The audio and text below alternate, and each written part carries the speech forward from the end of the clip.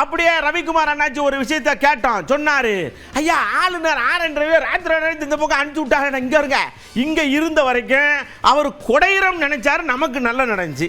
இப்ப அங்க போய் குடைவாரு, அந்த அம்மாவுக்கு நல்ல நடக்கும், அந்த அம்மா பழைய விடியும் ஜீவமாயிர போறாங்க.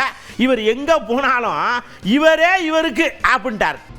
RN ரவி அவர்கள் இங்கே எவ்வளவோ குழப்பத்தை ஏற்படுத்த முயற்சித்தார். அந்த முயற்சிகள் ஒவ்வொன்றிலும் அவர் தோல்வி அடைந்தார்.